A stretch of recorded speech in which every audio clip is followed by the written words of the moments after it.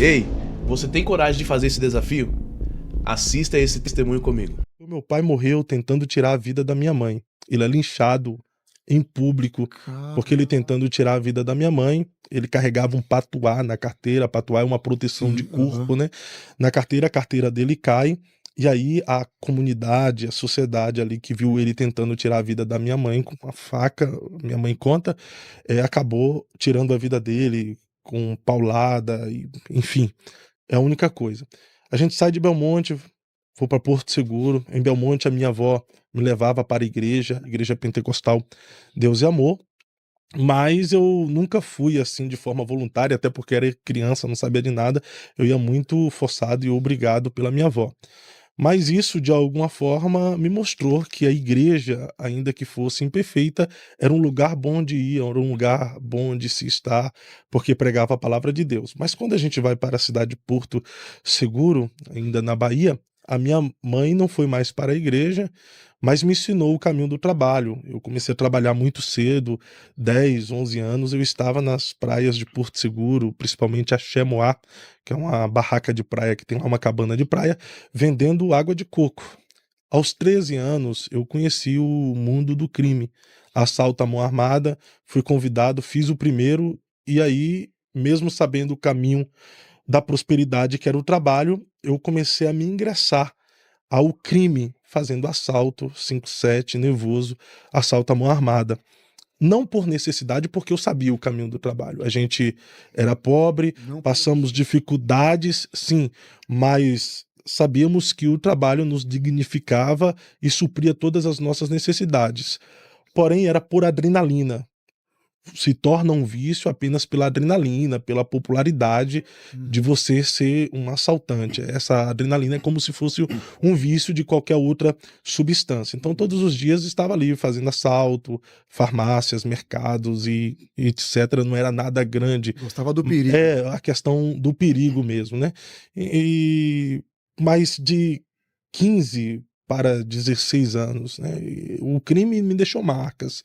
Eu tenho uma cicatriz de 19 pontos na barriga, tenho uma bala alojada no corpo até hoje. Meu Deus. Mas de 15 para 16 anos, eu estava na esquina com um revólver na cintura, tramando um novo assalto a fazer. Naquele dia, um rapaz por nome de Henrique, que há 2 semanas antes fazia parte da mesma quadrilha que nós, mas agora tinha entrado na lei de crente, ele estava passando. Quando estava adiante, ele para, olha para trás e me grita pelo apelido, dizendo: Buiú, vem aqui. Eu vou até ele. Quando eu chego até ele, ele começa a dizer: Jesus tem uma obra na sua vida.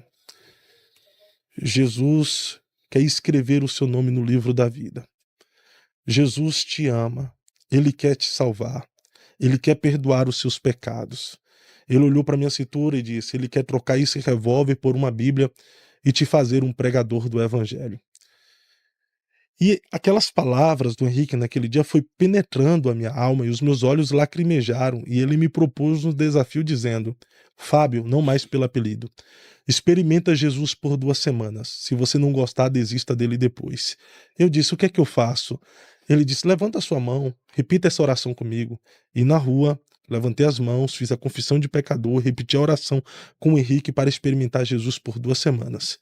Eu experimentei uma, duas, um mês, um ano, 3 anos, 5 anos, 10 anos, 15 anos, e eu não consigo deixar Jesus por nada, porque Ele é tudo que eu tenho, Ele é tudo que eu preciso. O crime, Ney, Boni, tirou toda a minha perspectiva de sonho. A família disfuncional tirou toda a minha perspectiva a respeito do que eu queria ser, do que eu queria conquistar. Não tinha sonho. A pergunta que mais me confrontava na escola era essa: o que é o que você quer ser quando você crescer? Ser, crescer, isso não era para mim. Até porque eu não tinha nem certeza que eu cresceria, que dirá ser alguma coisa. Mas após a minha conversão, eu ganhei alguns DVDs de pregação de presente. DVDs de pregações dos Uhum. Gideões missionários. Muitos pregadores. Dentre tantos pregadores, tinha um pregador que eu ouvi. Ao ouvir aquele pregador, a forma como ele era usado por Deus, o Espírito Santo começou Posso adivinhar quem é esse pregador? Eu tenho certeza que é o pastor Marco Feliciano. a mexer na minha alma e desenvolver em mim perspectiva a respeito daquilo que eu queria ser no futuro. E ali eu comecei a sonhar. Aquele pregador foi usado por Deus para me inspirar a sonhar. E eu comprei um monte de DVD desse pregador, pirata na época, não tinha condição. Mas comprei um monte, eu tinha assim, no mínimo, 200 DVDs desse pregador. Isso ainda na Bahia? Isso na Bahia. Todos os dias eu ouvia a mensagem dele, todos os dias. E por muitas vezes eu me prostrava na sala e dizia: Deus, me faça um pregador do evangelho. Deus me leva para pregar nos lugares aonde esse pregador prega. E chorando mesmo, e doando, porque tudo que eu queria naquele exato momento, após a minha conversão, depois de ter ouvido esse pregador, era ser um pregador do evangelho. Na igreja eu me enturmei com alguns jovens que eram loucos. Eram 5, que subiam um monte, desciam um monte, passavam madrugadas na igreja orando, buscando a Deus, que faziam propósitos malucos. Irmãos, esse é o segredo. Encontre amigos loucos, amigos que te chamam para orar. Fácil é encontrar pessoas que te chamam para ir para festas. Difícil é você encontrar amigos que te chamam para ir para o monte, que te chamam para fazer campanha de oração. Isso aqui é forte. Como, por exemplo, 24 horas de jejum, mais 24 horas, mais 24 horas, completando 1, 2 semanas. E o propósito era: ou o Senhor nos usa ou o Senhor nos mata. Porque tudo o que nós queríamos era mudar o mundo através da pregação do evangelho. Meu Deus. Era mudar o mundo através da pregação do evangelho. E eu não sabia que 16 anos depois, esse pregador que me inspirou pelo Espírito Santo a sonhar, a querer ser um pregador do evangelho, estaria na mesa do Eu Acredito Podcast me chamando de amigo. Nossa. Pastor e deputado Marco Feliciano. Caraca! Que top, mano. Falei, irmãos. Porque o pastor Marcos Feliciano, ele marcou uma geração, né, irmãos? Marcou uma geração de pregadores que assistia o congresso dos Gideões e ficava impactado. Eu assisto hoje, né? Eu vejo algumas vezes essas ministrações antigas dos Gideões missionários, né? E era um poder tremendo de Deus. Nossa, Deus derramava um poder grandioso na casa. A casa era cheia. Era muito lindo, né? Eu vejo os irmãos tocavam assim, não, com tanta unção, e as pessoas caíam. Hoje, né? As pessoas veem isso como meninice, como que não é algo de Deus. Hoje em dia existem muitas coisas que não são de Deus, realmente. Mas quando você é espiritual, você entende o que é de Deus e o que não é de Deus, né? Mas não é esse o intuito do vídeo. Vamos lá? O que eu quero falar desse testemunho que acabamos de assistir é do, acredito que, pastor Fábio Santos, que ele tem um podcast chamado Eu Acredito. E o pastor Fábio Santos, eu nunca imaginava que o testemunho dele era assim. Eu acompanho ele já faz um tempo e eu não sabia, não conhecia o testemunho dele. Não sei se você conhece, se você não conhece, vai lá. O nome do canal dele é Eu Acredito Podcast. Eu também vou deixar aqui o canal que ele deu essa entrevista, tá bom? Vou deixar na descrição pra você assistir também. Deixa eu ver se eu acho aqui pra te falar aonde você vai encontrar. O nome do podcast é Nós por Nós, certo? Podcast Nós por Nós. E o que eu quero dizer através desse testemunho? Primeiramente é sobre esse amigo dele, né? Você vê que quando a gente aceita Jesus, aquela chama evangelística cresce em nosso coração. É muito difícil você ser tocado por Deus e reter, guardar. A gente pode ver muitos da Bíblia que foram curados e começaram a anunciar.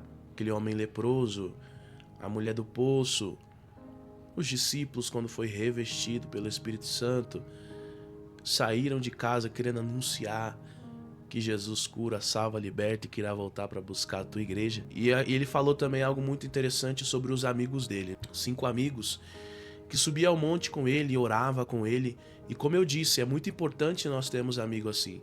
Pessoas perto de nós que nos ajuda a buscar, nos ajuda a se conectar com o Senhor.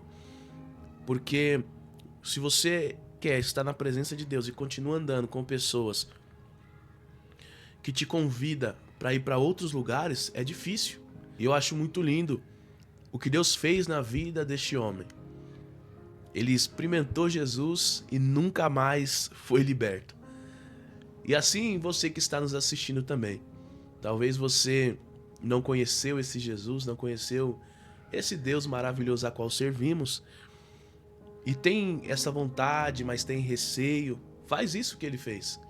Experimenta o Senhor por uma semana, experimenta o Senhor por um mês e veja o que Deus pode fazer na sua vida.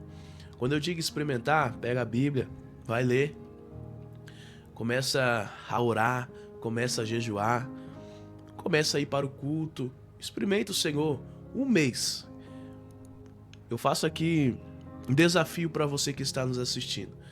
Você que não conhece esse Deus, ou que tem uma impressão errada desse Deus através da igreja, porque infelizmente a igreja ela erra em algumas partes, né? A igreja não é perfeita, mas o nosso Deus ele é. Então eu faço aqui esse desafio para você. Experimente o Senhor durante um mês. Um mês se dedica, busca, ora, vai pro culto por um mês. Que eu tenho certeza que Deus irá fazer algo na sua vida. Amém? Deixa nos comentários aí também como foi o seu encontro com Deus, como que o Senhor te resgatou, como o Senhor te encontrou. Deixa aí nos comentários que eu vou estar reagindo. Amém? Quero agradecer você que ficou aqui comigo. Que Deus abençoe sua vida poderosamente. Fica na paz e até o próximo vídeo.